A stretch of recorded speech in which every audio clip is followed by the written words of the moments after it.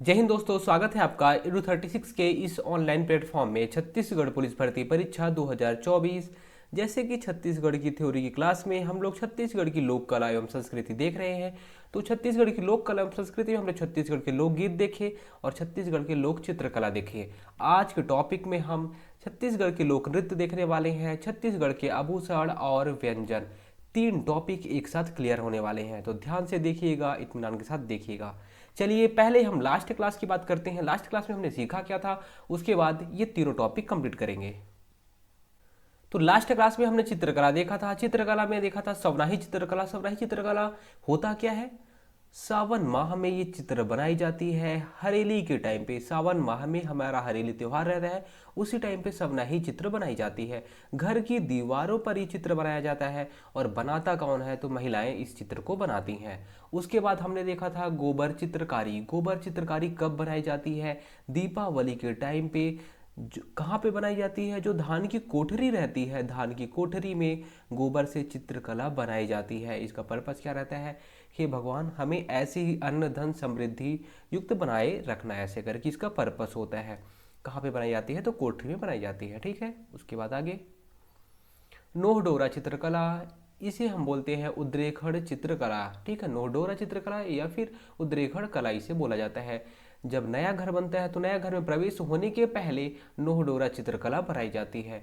इस जो चित्रकला बनाई जाती है उसमें क्या चीज़ बनाया जाता है, तो जीव जंतु पेड़ पौधे, मतलब जो नेचुरल चीज़ें रहती हैं वही नोहडोरा चित्रकला में बनाई जाती हैं। उसके बाद आठे कन्हैया, कहीं ना कहीं कृष्ण भगवान का नाम है, तो कृष्ण भगवान के जन्म के अवसर पर, मतलब कृष्ण जन्माष्टमी के टाइम पर बनाए जाते हैं। और बना क्या होता है, तो घर की दीवारों पर देखिए, जिस सारी चित्रकलाएं दीवारें पर ही बनाई जाएंगी। कहाँ पे, दीवार पर। आपने जितनी चित्रकला देखी होगी, मैक्सिमम चित्रकला कहाँ बनाई जाती है, दीवार पर बनाई जाती है। पुतरी के रूप में, पहले जैसे पुतला पुतली होते हैं तो इसे पुतरी के रूप में चित्र को बनाया जाता है। ठीक है, उसके बाद आगे हरतालिका चित्रकला। ये तीजा पर्व के टाइम पे बनाया जाता है और शिव भगवान और माता पार्वती को चित्र के रूप में दर्शाया जाता है। हरतालिका चित्रकला आपको याद क्या रखना है, कौन से पर्व में, तो तीजा पर्व के टाइम पे ये बनाया जाता है। फिर बालपुर चित्रकला, ये चितेर जनजाति द्वारा बनाया जाता है। और क्या बनाया जाता है, तो पुराण संबंधी जो कहानियाँ रहती हैं, जो पौराणिक कहानियाँ रहती हैं, उसी को चित्र के रूप में उकेरते हैं। कौन, चितेर जनजाति के लोग। और इसमें थोड़ा सा प्रभाव दिखता है किसका, उड़ीसा का। आगे उसके बाद है गोपल्ला गीत, है ना। अब हम चित्रकला बस हमें उतना ही देखना था। उसके बाद हम देख रहे थे क्या, गीत। कुछ कुछ गीत बचे हुए थे जो हमें जानने जरूरी थे। तो गोपल्ला गीत गोपाल मल द्वारा, देखिए गोपाल मल होता कौन है, कल्याण से, जो कलचुरी शासक रहते हैं कल्याण से, जिन्होंने गढ़ व्यवस्था की शुरुआत किया था।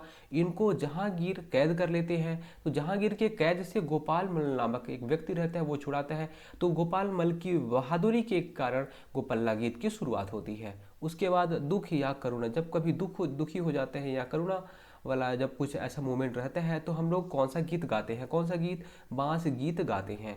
बांस गीत में कहानियाँ या फिर जो गीत बना हुआ है वो किससे बना हुआ है, तो जो मोरध्वज और कर्ण कथा है, इन्हीं कथाओं से बांस गीत बना हुआ है। किससे, मोरध्वज और जो कर्ण कथा है, इन कथाओं से ही बांस गीत बना हुआ है। बांस गीत कैसा गीत है, तो दुख या करुणा का गीत है। कौन गाता है, तो राउत जाति के लोग गाते हैं। और इस बांस गीत में बांसुरी का उपयोग किया जाता है। उसके बाद जन्म संस्कार। जन्म संस्कार हम बाद में पढ़ते हैं, पहले विवाह कर लेते हैं। ठीक है, विवाह होता क्या है, विवाह की शुरुआत होती है पहले संस्कार से, पहले गीत से। चूल माटी गीत, चूल्हा बनाने के लिए महिलाएं नदी तालाब से मिट्टी लाती हैं, उसे बोलते हैं हम लोग। जब मिट्टी लाने जाती हैं तो गाना गाया करती हैं, इस गाने को ही हम बोलते हैं चूल माटी गीत। उसके बाद दूसरी रस्म होती है मंगरोहन रस्म, इसमें भी गीत गाया जाता है। मंगरोहन रस्म में होता है क्या है, काष्ठ गड़ाया जाता है, यही काष्ठ से मंगरोहन गीत गाया जाता है। जब काष्ठ गड़ाते हैं कि बुरी शक्तियों से ये जो जोड़ी है जिसका विवाह होने वाला है वो बचा रहे। उसके बाद तेलचगी गीत होता है, वर वधु को हल्दी और तेल लगाते हैं। उसके बाद फिर मायन होता है, मायन गीत। मायन के टाइम पे गाना गाया जाता है। और कैसा होता है, तो कुल देवी देवता रहते हैं उनके लिए उनकी पूजा की जाती है। और उस टाइम पे जब मायन होता है तो कुल देवी देवता की पूजा की जाती है। उसी टाइम पे जो गीत होता है उसे हम बोलते हैं मायन गीत। उसके बाद नेहडोरी। नेहडोरी क्या होता है, वर और वधु को नहाया जाता है और डोरी बांधी जाती है, फिर नेहडोरी रस्म होती है। उस टाइम पे गीत जो गाया जाता है। उसके बाद नकटा। नकटा क्या होता है, वर की जब मतलब जब वर प्रस्थान होने, वर का जो शादी के लिए जब प्रस्थान होता है, कहाँ के लिए, वर वधु के यहाँ जब पहले अपना क्या बारात लेके जाता है, उसके एक रात पहले जो वर के घर की जो महिलाएं होती हैं वो डांस करती हैं। तो जब डांस करती हैं तो जिस गाने पे डांस करती हैं उस टाइम पे जो ये प्रथा होती है, संस्कार होती है, उसे हम बोलते हैं नकटा। उसके बाद परघौनी। अब ये बारात वहाँ से निकल गई, तो जो वधु के घर जब बारात पहुँचती है तो उस टाइम पे स्वागत के लिए परघौनी गीत गाया जाता है। उसके बाद भड़ौनी गीत। जब ये लोग वहाँ वधु के घर पहुँच जाते हैं और खाना खाते रहते हैं तो वधु के घर वाले जो महिलाएं रहती हैं, वहाँ की महिलाएं मस्ती मजाक में भड़ौनी गीत गाती हैं। उसके बाद एक्चुअल में होता है क्या, भावर। मतलब जब फेरा लेते रहते हैं तो भावर गीत होता है। फिर टिकावन होता है। टिकावन में क्या होता है कि उपहार दिया जाता है, उस टाइम पे भी गीत ऐसे होता है। फिर विदाई, लास्ट में विदाई गौना हो जाता है, विदाई गीत हो जाता है, टाटा बाय बाय हो जाता है। उसके बाद आगे फिर शादी के बाद बच्चे हो जाते हैं। तो सधौरी गीत क्या होता है, जब माता गर्भावस्था के सातवें, जब माता गर्भावस्था के रूप में रहती है, जो लड़की या माता गर्भावस्था धारण किए रहती है, तो उनके सातवें या 9वें महीने में सधौरी गीत गाई जाती है। 7वें या 9वें महीने में सधौरी गीत गाई जाती है। उसके बाद सोहर, बच्चे के जन्म के समय सोहर गाया जाता है। और बच्चे के जन्म के 6वें दिन बधाई गीत गाई जाती है। और बच्चे को सुलाने के लिए लोरी गाया जाता है। फिर बसदेवा, बसदेवा गीत का होता है, बसदेवा जाति के द्वारा गाया जाता है। और इस जो बसदेवा गीत होता है वो श्रवण कुमार की जो कहानी रहती है, श्रवण कुमार करते क्या है, अपने अंधे माता पिता को तीर्थ यात्रा कराते हैं, तो उन्हीं कहानी से बसदेवा गीत बना हुआ है। उसके बाद देवार या वीरम गीत, ये क्या होता है, घुमंतु जाति या फिर देवार जाति के द्वारा ये गीत गाया जाता है। अब कब गाते हैं, जब ये भिक्षा मांगते रहते हैं तब इस गीत को गाते हैं, देवार गीत या वीरम गीत को। उसके बाद आता है सबनाही गीत। सबनाही गीत सावन माह में, है ना, सबनाही गीत होता है सावन माह में गाया जाता है। और इसका पर्पस क्या होता है, अभी देखिए हमने अभी सबनाही चित्रकला देखा था लास्ट टाइम ना, अब ये सबनाही गीत है। तो सबनाही गीत में क्या होता है, सावन माह में ये गीत गाया जाएगा। और बारिश ऋतु में, कब, बारिश ऋतु में, जब हरेली का टाइम होता है उसी टाइम पे ना, तो बारिश ऋतु में सावन माह में ये गीत गाया जाता है। और इसका पर्पस रहता है कि हमारे गांव में बीमारी ना फैले, जादू टोना जैसी चीज़ें ना हो, फसल एवं पशु की सुरक्षा हो। उसके बाद फाग गीत होता है। फाग गीत फागुन माह में गाया जाता है, होली के अवसर पर। फाग मतलब फागुन माह, ठीक है, होली के अवसर पर। और इसमें जो गीत रहता है उसमें कहीं ना कहीं राधा कृष्ण भगवान का बार बार नाम आते रहता है। उसके बाद डंडा गीत। डंडा गीत, युवक और युवतियां डंडा लेकर इस गीत को गाती हैं, छत्तीसगढ़ का लोकगीत है ये। उसके बाद आगे छेरछेरा गीत। छेरछेरा पौष पूर्णिमा, इस चीज़ को आपको याद रखना है, हिंदी का नाम है, थोड़ा सा याद करने मुश्किल होता है बस, लेकिन आपको याद रखना है। पौष पूर्णिमा में छेरछेरा गीत गाया जाता है, छेरछेरा पर्व के टाइम पर छेरछेरा गीत गाया जाता है।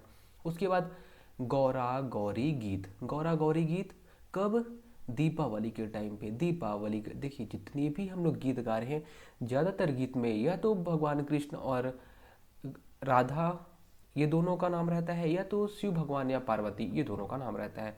और तीसरे भगवान का नाम बहुत कम आता है, आपको याद रखना है, ये दोनों भगवान का ही नाम आता है ज़्यादातर। तो गौरा गौरी गीत, गौरा गौरी गीत कब गाया जाता है, दीपावली के टाइम पर गाया जाता है। शिव भगवान और माता पार्वती का प्रतिमा स्थापित किया जाता है, विवाह कराया जाता है। और इसे गाता कौन है, तो गौड़ समुदाय की या गौड़ जनजाति की महिलाएं गाती हैं। इस गीत को केवल महिलाएं गाती हैं। आपने ऐसे ही देखा था सुआ गीत। सुआ गीत में भी यही रहता है कि दीपावली के टाइम पे शिव भगवान और माता पार्वती का विवाह कराया जाता है। उसके बाद ये गीत गाया जाता है, गौड़ समुदाय की महिलाएं इस गीत को गाती है। सेम सेम दोनों चीज़ें हैं, ठीक है। तो चलिए आज की क्लास की शुरुआत करते हैं। तो चलिए आज की क्लास की शुरुआत करते हैं। हमने क्या देखा था, छत्तीसगढ़ के आज लोक नृत्य देखने वाले हैं, आभूषण देखने वाले हैं और व्यंजन देखने वाले हैं। चलिए पहले आपको डांस करा देता हूँ, उसके बाद आपको कुछ कुछ खिला दूंगा व्यंजन, है ना, क्योंकि डांस कर करके आप थक जाओगे।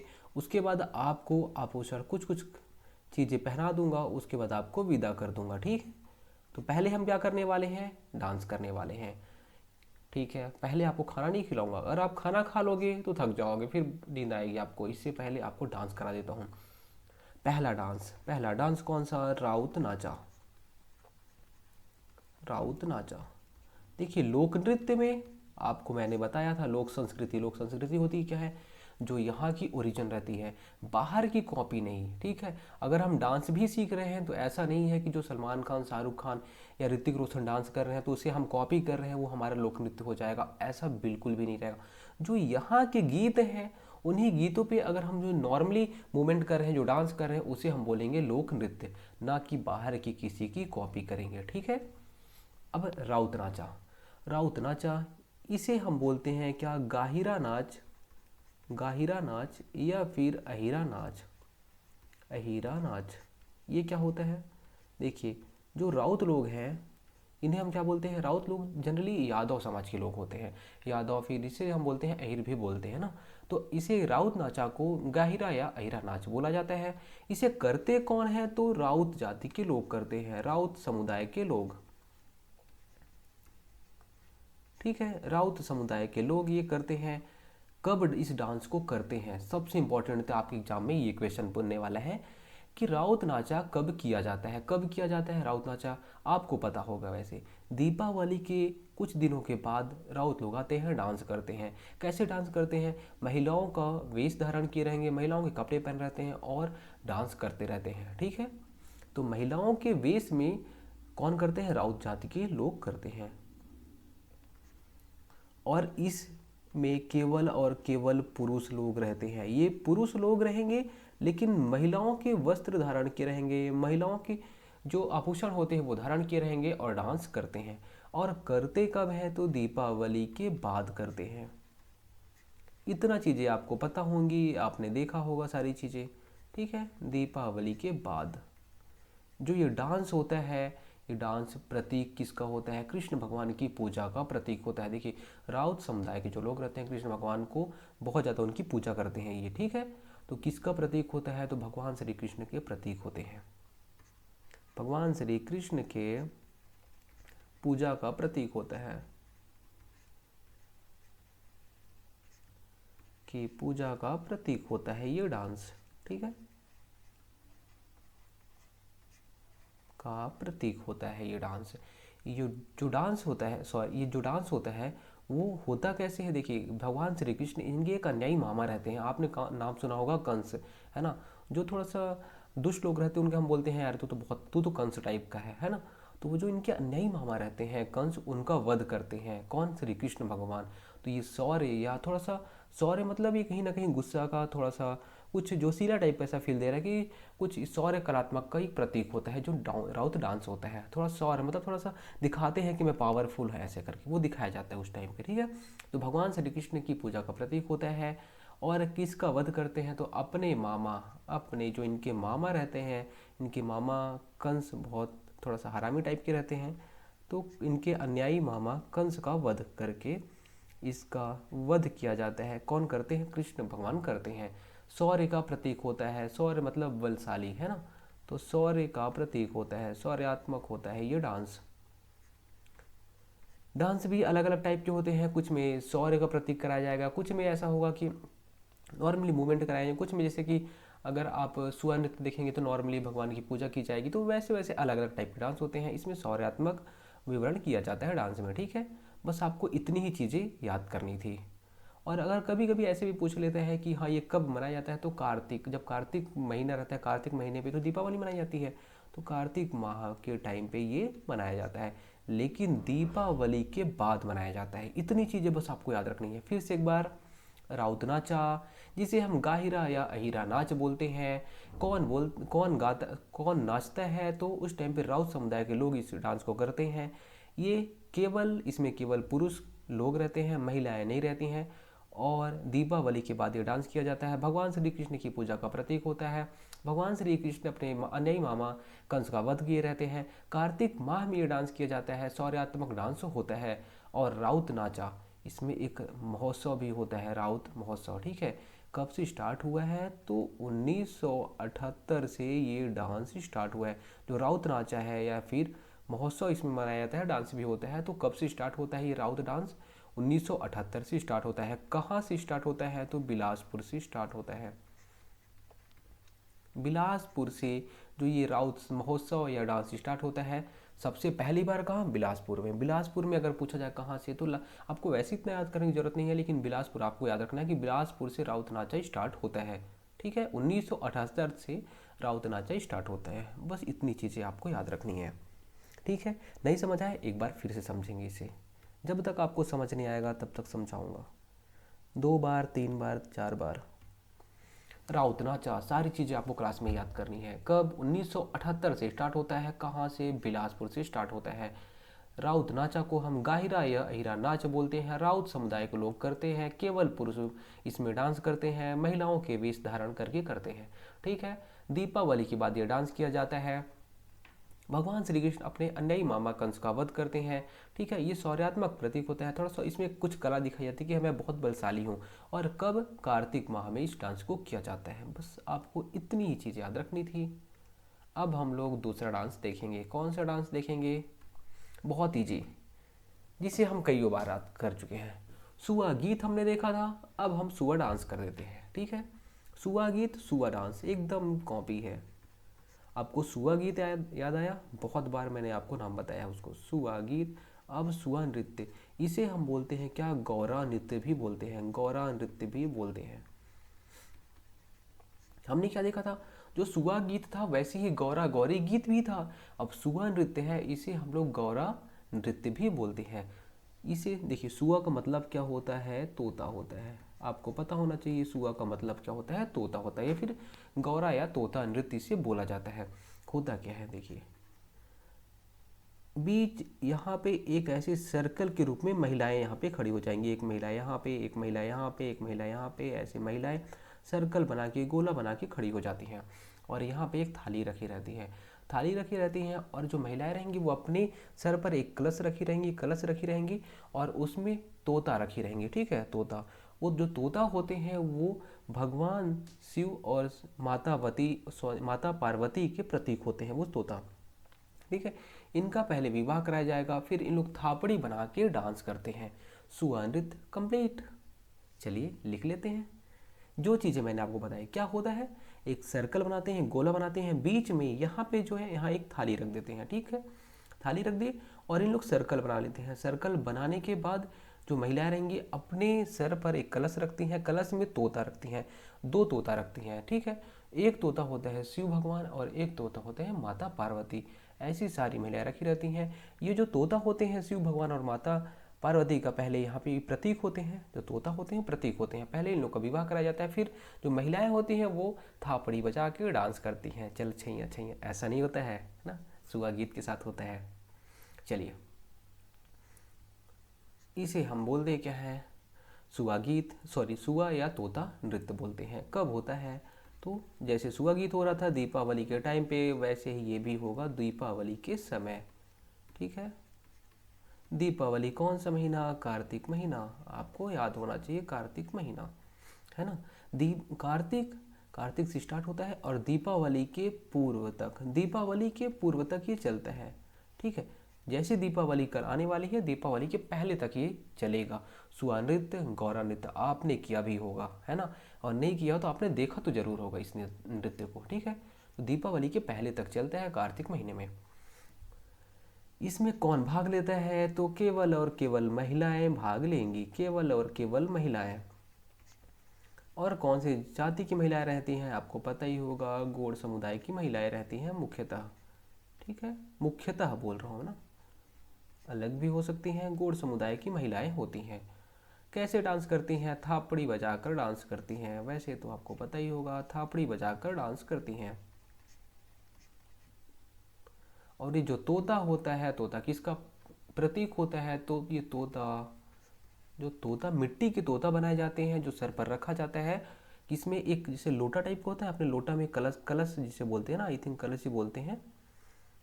तो ऐसे लोटा रहता है, उस पर तोता को रखा जाता है और अपने सर पे रखते हैं, फिर डांस करते हैं।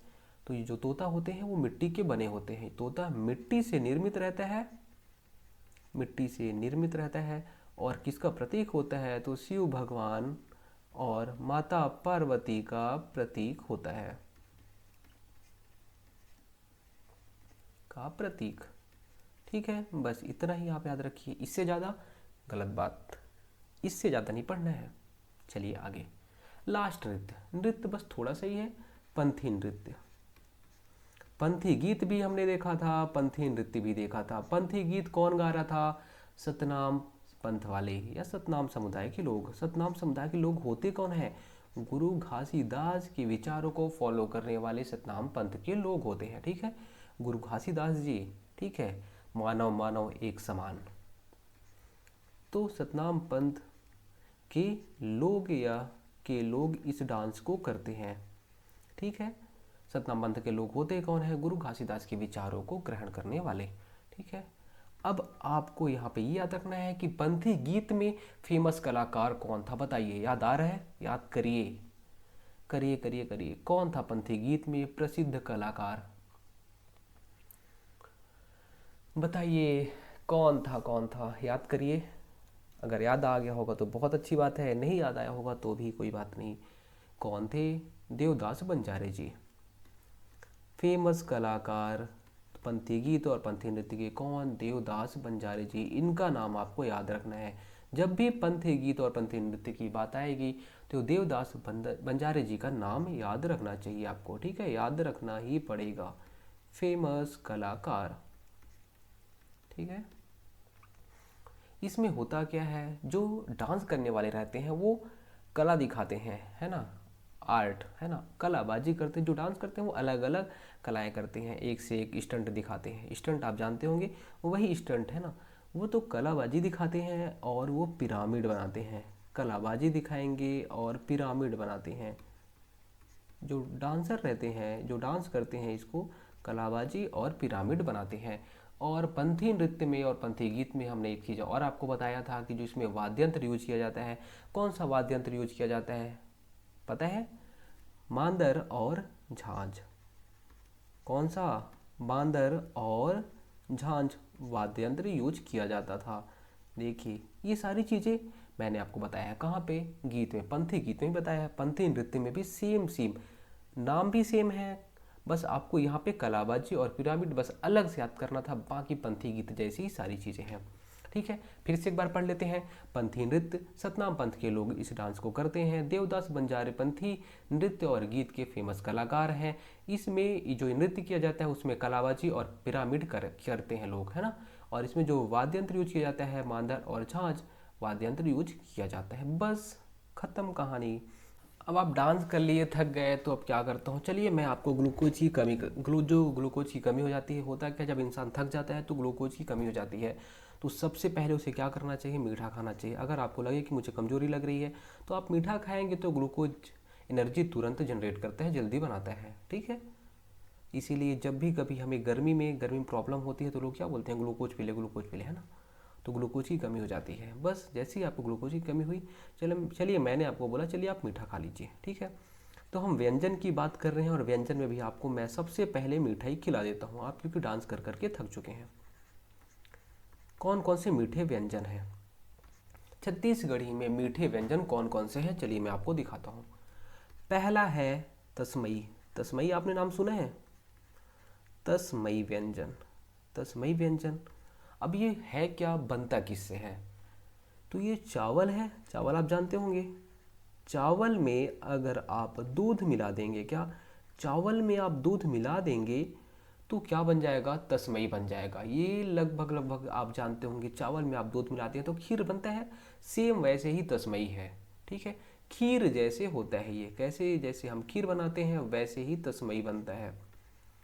ठीक है, चलिए आपका भी पेट नहीं भरा, आपने तस्मई खाया, मज़ा नहीं आया। चलिए दूसरा चीज़ और खिला देता हूँ आपको। क्या खाएंगे? देहरौरी खा लीजिए। ये देहरौरी क्या होता है? देहरौरी भी सेम चावल रहेगा और चावल में आपने क्या देखा होगा, क्या चीज़ें, जो शक्कर का क्या रहता है? चाशनी रहता है ना, जिसमें शक्कर को घोलते हैं तो चाशनी बन जाता है। चावल को जब हम लोग चाशनी में मिला देंगे, चावल और चाशनी ये दोनों चीज़ें मिल जाएंगी। शक्कर का जो घोल होता है उसे हम बोलते हैं चाशनी। ठीक है, और ये घोल है, कहीं ना कहीं इसमें ग्लूकोज की मात्रा ज़्यादा रहेगी, बहुत मीठा रहेगा। चावल और चाशनी मिलाए बन गया देहरौरी, और देहरौरी को हम बोलते हैं देसी रसगुल्ला। कैसे रहेगा? ये रसगुल्ले के जैसे रहेगा। ठीक है, देहरौरी को क्या बोला जाता है? तो रसगुल्ला बोला जाता है। ठीक है, पेट नहीं भरा, चलिए और खिला देता हूँ अभी आपको। तीसरा पपची खिला देता हूँ। पपची, पबजी नहीं, पपची। पपची किससे बनता है? ये गेहूँ, चावल, आटे, जो भी आपके घर में आटा रहेगा वो आटा निकाल लीजिए, गेहूँ और चावल आटा निकाल लीजिए और उसमें गुड़ मिला दीजिए। ठीक है, गुड़ मिला दिए, बन गया क्या? पपची। होता कैसे है? ये हो गया कुछ बालूशाही जैसे, जैसे बालूशाही होता है वैसे हो गया ये बालूशाही जैसे। देखिए तस्मई, एक बार फिर से रिवीजन करते हैं। तस्मई, चावल में दूध मिला दिए, खीर जैसे बन गया तस्मई। उसके बाद देहरौरी, चावल में चाशनी मिला दिए, चावल आटा रहता है, चावल आटे में चाशनी मिला देते हैं, बन जाता है रसगुल्ला।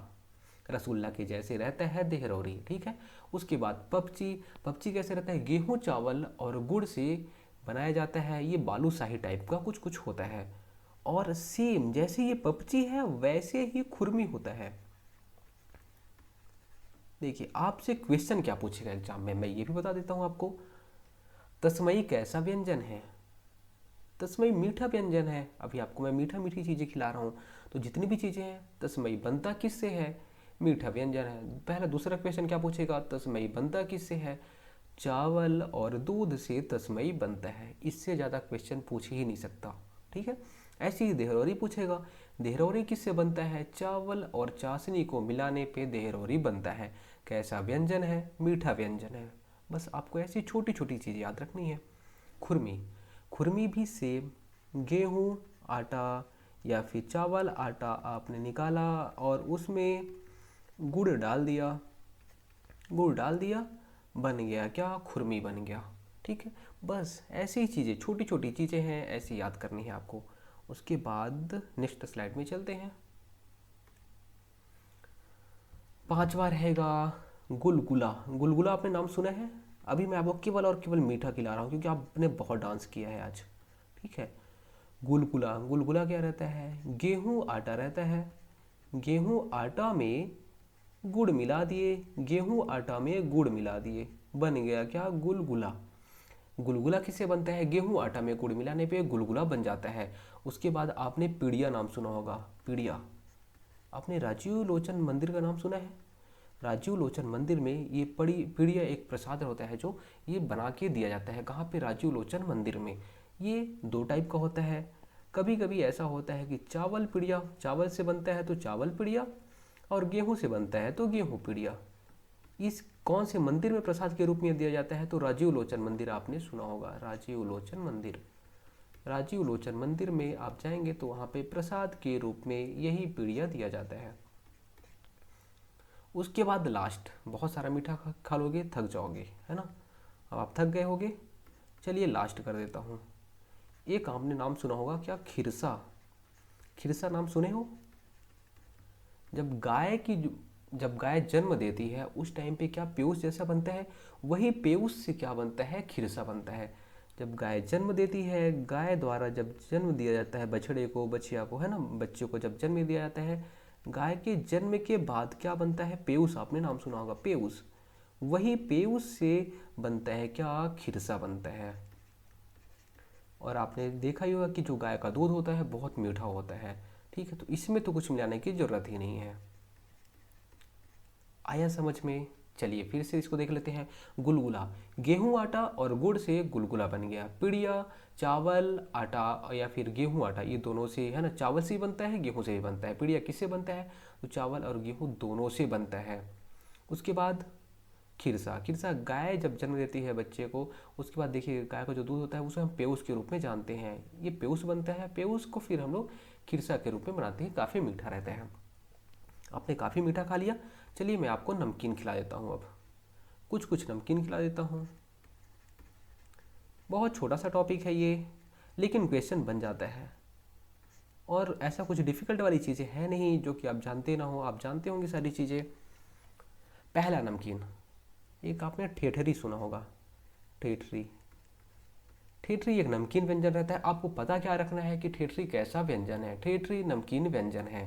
किससे बनता है? तो आप जानते होंगे ये बेसन से बनता है। बेसन किससे बनता है? चने से बनता है। ठीक है, तो बेसन से बनता है क्या? ठेठरी। और किस टाइम पे आपने तीजा पोला जब त्यौहार आता है उस टाइम पे ये ठेठरी बनाया जाता है घरों में। कैसे? जब तीजा और पोला का त्यौहार आता है उस टाइम पे ठेठरी बनाया जाता है घरों पे। बेसन से बनता है। बेसन किससे? तो बेसन चना से बनता है। उसके बाद आपने लाटा नाम सुना होगा। लाटा, लाटा होता क्या है? इमली, इमली को अच्छे से कूटा जाता है, फिर इमली को कूट कर लाटा बनाया जाता है। जैसे आपको घर वाले कूटते होंगे वैसे ही इमली को जब कूटोगे, आप कूटोगे इमली को, तो बन जाएगा लाटा। और लाटा कैसा व्यंजन? नमकीन व्यंजन। ठीक है, तो आप इमली को कूटो, आपको घर वाले आपके कूटे, है ना। और एक है चौसेला।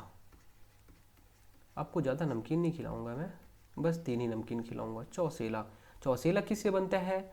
चावल आटा लिए और चावल आटा में चावल आटा प्लस नमक, चावल आटे में नमक आपने मिला दिया, बन गया चौसेला।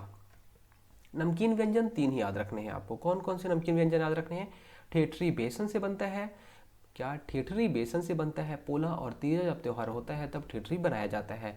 लाटा, लाटा को कूटे, इमली को कूटे तो बन गया लाटा। ठीक है, उसके बाद चौसेला, चौसेला किससे बनते हैं? चावल, चा से चावल, है ना, चावल आटा और नमक से बन गया चौसेला। इतनी ही चीज़ें अब आपको याद रखनी है, इससे ज़्यादा चीज़ें गलत बात, ज़्यादा नहीं पढ़ना है। ठीक है, आपको फिजिकल की भी तैयारी करनी है, फिजिकल में बहुत अच्छा स्कोर करना है। और पोस्टिंग कहाँ पे लेनी है?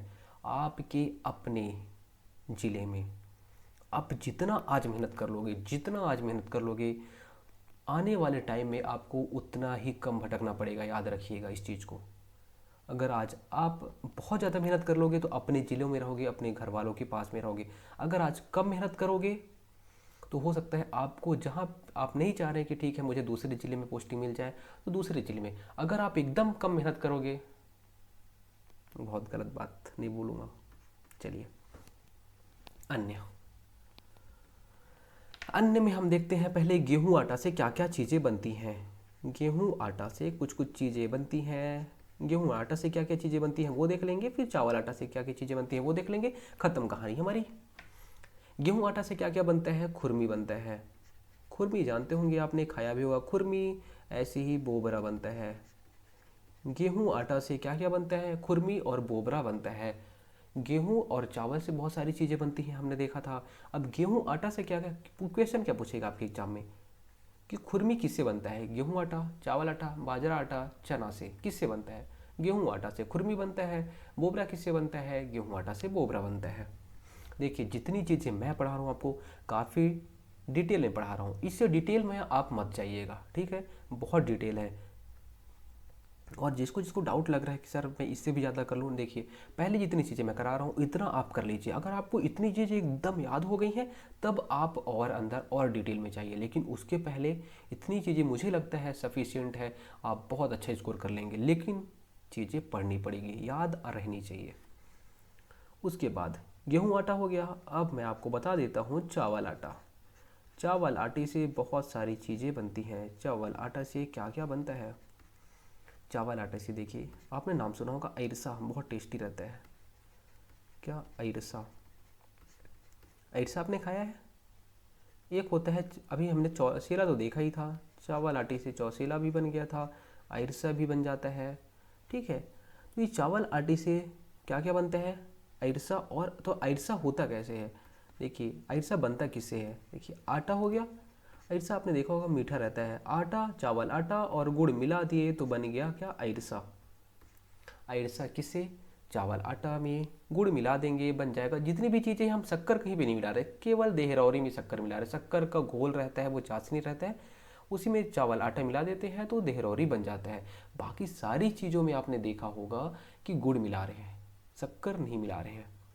ठीक है, उसके बाद चौसेला। चौसेला में हमने क्या देखा था? ये नमकीन रहता है। ठीक है, आटा चावल का आटा रहता है और इसमें हम मिला देते हैं नमक। ठीक है, उसके अलावा जो चावल आटा है ये थोड़ा सा दो टाइप का होता है, इसमें भाप करके कुछ कुछ अलग अलग चीज़ें बना दिए रहते हैं, है ना। वो चीज़ें आप मत पढ़िए, उतने काम की चीज़ें नहीं है। उसके बाद आपको ये याद रखना है कि पसहर चावल, पसहर चावल आपने नाम सुना है क्या? पसहर चावल, बताइए बताइए, नाम सुना ही होगा आपने, पसहर चावल। पसहर चावल का यूज कहाँ पे या कब किया जाता है? एग्जाम में ऐसे क्वेश्चन बनते हैं, पसहर चावल का यूज कब किया जाता है, कब किया जाता है? आपने खमर छठ त्यौहार सुना होगा, खमर छठ त्यौहार कौन मनाता है? हमारी मम्मी लोग मनाती हैं, ठीक है। खमर छठ त्यौहार मम्मी लोग अपने बच्चों की लंबी आयु के लिए कामना करते हैं, उस टाइम पे खमर छठ त्यौहार मनाया जाता है। खमर छठ को क्या बोलते हैं हम लोग? हल षष्ठी बोलते हैं, हल षष्ठी, है ना।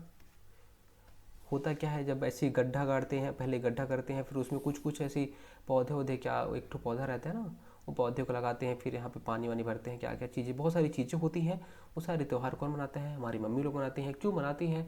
अपने संतान की लंबी आयु की कामना करने के लिए। तो पसहर चावल का कब यूज किया जाता है? खमर छठ टाइम पे यूज किया जाता है। और आपने बासी नाम सुना है? अरे बासी क्या, बासी तो खाए भी होंगे, है ना। बासी, जो चावल बचा रहता है उसको रख देते हैं पानी में डुबा के, फिर अगले दिन नमक मिलाएंगे, मस्त टेस्टी खाएंगे, ठीक है। तो बासी चावल कैसे रहता है? जो चावल बचा हुआ रहता है, जैसे रात को बच गया है, उसमें पानी मिलाएंगे और फिर मांड हो जाता है अच्छा अच्छा खासा मस्त, और फिर उसमें नमकीन मिला देते हैं, नमक हल्का सा नमक मिलाएंगे, टेस्टी हो जाता है, उसे खा लेते हैं। ख़त्म कहानी। चलिए, आपने बहुत सारा चीज़ खा लिया है, ज़्यादा खा लोगे तो दिक्कत हो जाएगा। चलिए एक बार फिर से रिविजन कर लेते हैं जो जो चीज़ें हमने खाई है, कर ले। चलिए, मीठा व्यंजन तम तस्मई, तस्मई किसे? चावल और दूध से बना हुआ है, खीर जैसे बनता है। देहरौरी, चावल और जो चावल आटा रहता है और चाशनी, ये दोनों से मिलता है, ये रसगुल्ले जैसे रहता है। फिर पपची, गेहूं आटा या चावल आटा प्लस गुड़ से बनता है, क्या ये पपची कैसे होता है? बालूशाही जैसे होता है ये। फिर खुरमी, गेहूं या चावल आटे से जैसा, गेहूं और चावल आटा रहता है और उसमें गुड़ मिलाते हैं, सारी चीज़ें मीठी मीठी व्यंजन रहती हैं। खुरमी कैसा व्यंजन है? मीठा व्यंजन है। पपची कैसा व्यंजन है? मीठा व्यंजन। देहरौरी कैसा व्यंजन है? मीठा व्यंजन है। आगे फिर गुलगुला, गेहूं आटा और गुड़ से बनता है। देखिए, केवल गेहूं आटा और गुड़ से मिलाने पे गुलगुला बन जाता है। गा से गेहूं और गा से गुलगुला, ठीक है, गा गा हो गया तो गुलगुला और गेहूं हो गया। और चावल क्या था? बताइए, चावल से क्या था? चौसेला था। चावल से चौसेला, गुलगुला से गेहूं। पीड़िया, पीड़िया चावल आटे से भी बनता है, गेहूं आटे से बनता है। राजीव लोचन मंदिर में जो प्रसाद बटाया जाता है वो पीड़िया प्रसाद होता है। उसके बाद खिरसा, गाय जब जन्म देती है तो उसके बेउस से खिरसा बनाया जाता है। बहुत छोटी छोटी चीज़ें। नमकीन व्यंजन ठेठरी रहता है, ठेठरी बनता किससे है? बेसन से बनता है। लाटा होता है, लाटा इमली, इमली को कूट कर लाटा बनाया जाता है। और चौसेला चावल आटा और नमक रहता है। उसके बाद लास्ट रहता है गेहूं आटा, गेहूं आटे से क्या क्या बनता है? खुरमी और बोबरा, खुरमी और बोबरा गेहूं आटा से बनता है। चावल आटे से क्या क्या बनता है? अरसा और चौसेला। अरसा कैसे बनता है? आटा और गुड़ से अरसा बनता है। जब मम्मी लोग बनाते हैं तो एक काम करिएगा, आप भी जाके मम्मी बोलिएगा, मम्मी मम्मी आज मुझे भी बनाना है। तो चीज़ें आपको याद नहीं करनी पड़ेंगी, एक बार बनाइए खाइए, खाना भी हो जाएगा, बनाना भी हो जाएगा, याद भी हो जाएगा। अरसा आटा और गुड़, चौसेला आटा व नमक। और कमेंट में एक चीज़ आप बताइएगा कि आपको क्या पसंद है। जितनी भी चीज़ें मैंने बताई है कि आपको क्या पसंद है खाने में और आपने क्या बनाया है, कमेंट करना है, ठीक है। चौसेला, चौसेला किससे बनता है? आटा, चावल आटा और नमक से चौसेला बन जाता है। पसहर चावल, पसहर चावल को हम लोग कब यूज करते हैं? कमर छठ टाइप पे यूज किया जाता है। फिर बासी, बासी हमने देख ही लिया है। अब लास्ट हमारा है क्या? चलिए मेकअप कर देते हैं।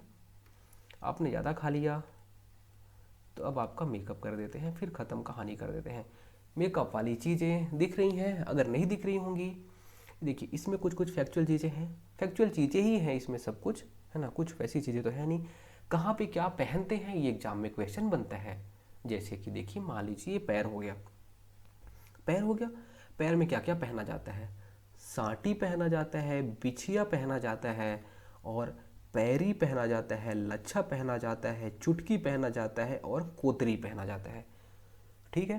पैर में क्या क्या चीज़ें पहनी जाती है? एग्जाम में क्वेश्चन ऐसे पूछ लेगा कि साटी कहाँ पहना जाता है? कहाँ पे? पैर में। बिछिया कहाँ पे? पैर में।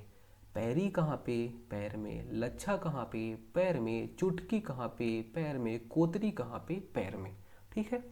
पैर का आप ऐसे याद कर लेंगे। देखिए, एक साथ में मुझे पता है एक साथ में आपको याद नहीं होगा और किसी को भी याद नहीं होगा। पैर का याद कर लीजिए, हाथ का याद कर लेते हैं।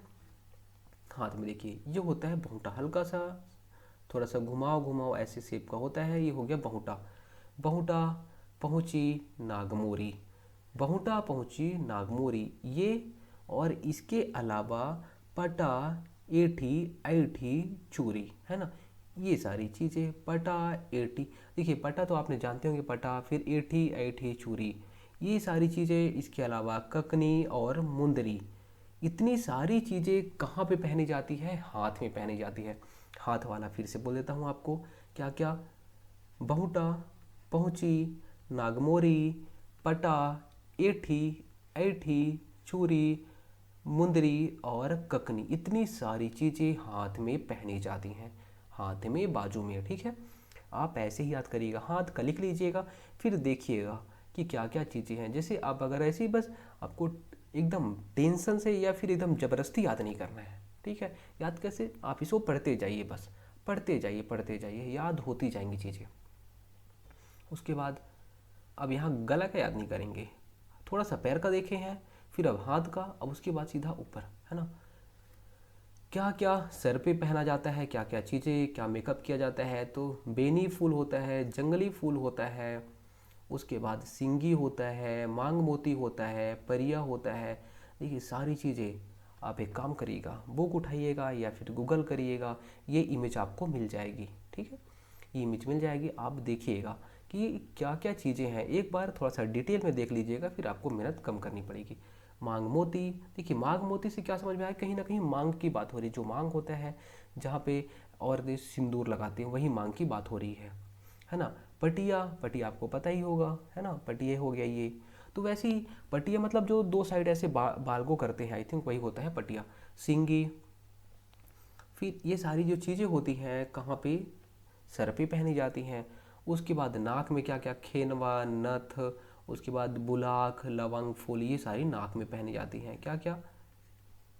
खेनवा, नथ और बुलाक और लवंग फूल, ये चार चीज़ें जो है नाक में पहनी जाती हैं। खेनवा, नथ, बुलाक, लवंग फूल। उसके बाद देखिए कान में क्या क्या है? ढार, खिनवा या कर्णफूल जिसे बोलते हैं, सारी चीज़ें। हो सके तो आप इसे पहले एक डायग्राम बनाइएगा, कान में क्या क्या चीज़ें पहनी जाती है आप खुद ही बना के उस डायग्राम बनाइए, एक लड़की का चित्र बनाइए और उस डायग्राम में आप बताइए कि हाँ यहाँ पे ये है, यहाँ पे ये, एक दो बार करिए, हो जाएगा याद। ठीक है, तो सारी चीज़ें मैं आप बोलेंगे तो मैं आपको ये इमेज दे दूंगा। इमेज तो आपको गूगल कर लीजिएगा तो आपको मिल जाएगा, छत्तीसगढ़ी आप उच्चारण गूगल करिएगा, मिल जाएगा। फिर इस चीज़ों को आप याद करिएगा, इसका MCQ लेकिन आएगा। ठीक है, यहाँ पे चीज़ें मैं सारी चीज़ें नहीं बता रहा हूँ आपको, क्यों? क्योंकि यहाँ पे कुछ समझाने के लिए है नहीं कि मैं आपको समझाऊँ और आपको समझ में आए। ठीक है, समझाने के लिए नहीं है, यहाँ पे कोई चीज़ें समझाने के लायक नहीं है। लेकिन आप एक चीज़ और याद कर सकते हैं, देखिए मैं आपको ट्रिक दे सकता हूँ थोड़ी बहुत, उस ट्रिक का यूज कर सकते हैं। देखिए एटा ऐठी, ये सारी जो चीज़ें हैं, एटी ऐठी वाला है तो ये हाथ में आ जाएगा। जैसे पटा एटी ऐठी ऐसे करके, तो आप याद रखिएगा हाथ में क्या आ रहा था? पटा एठी ऐठी, ऐसे टाइप का कुछ कुछ वर्ड आ रहा था। फिर जब ये दिख रहा है, सूता, सुर्रा, है ना, तो और ढार, रा वाला जो चीज़ें दिख रही हैं, कहीं ना कहीं वो आप देखेंगे मैक्सिमम टाइम में क्या है, वो कहाँ पे है? गले में है। जैसे ढार हो गया, दुलरी हो गया, तिलरी हो गया और सूता हो गया, सूता, सुर्रा हो गया, सूता हो गया, पुतरी हो गई। तो रा वाली जो चीज़ें हैं ऐसा आप याद कर सकते हैं, बाकी आप अपना भी ट्रिक देख लीजिएगा। ठीक है, तो ये गले में हो गई। और नाक में खेनवा, नथ, नथ मतलब नाक ही होता है, लवंग फूल, बुलाक, ऐसे याद हो गया। लड़कियां हैं उन लोग को तो याद करने की जरूरत नहीं है, एक बार में ही याद हो जाएगा सब कुछ। तो हो गया लगभग लगभग, हमने ये चीज़ें भी देख ली। कमर में क्या है? कमर में तो करधनी है और उसके अलावा सकरी है। ठीक है, तो कमर में बहुत कम चीज़ें हैं और कौड़ी, तीन चीज़ें ही हैं कमर में। तो आप इसको ऐसे ही कमर में देखिएगा क्या क्या चीज़ें हैं, लिख लीजिएगा और उसे याद कर लीजिएगा। ठीक है दोस्तों, उम्मीद करता हूँ आज क्लास आपको अच्छी लगी होगी। अगर क्लास अच्छी लगती है तो एक प्यारा सा कमेंट कर दीजिएगा।